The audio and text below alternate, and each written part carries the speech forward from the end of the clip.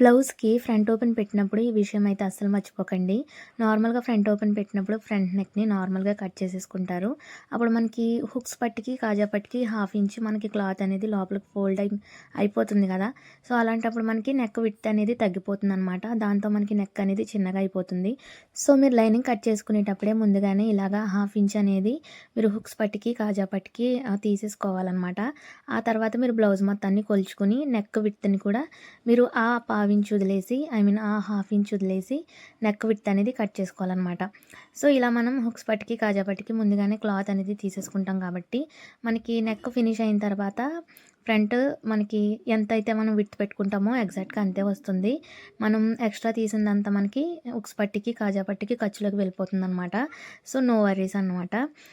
ఇంకొక విషయం ఏంటంటే మీరు నెక్ స్టిచ్ చేసేటప్పుడు అసలు లాగదీసి పట్టుకొని స్టిచ్ మాత్రం చేయకండి. ఎక్కడికక్కడ మనం నెక్‌ని అడ్జస్ట్ చేసుకుంటూ స్లోగా కుట్టుకుంటూ వచ్చామంటే నెక్ అనేది పర్ఫెక్ట్‌గా నిలబడుతుందనమాట.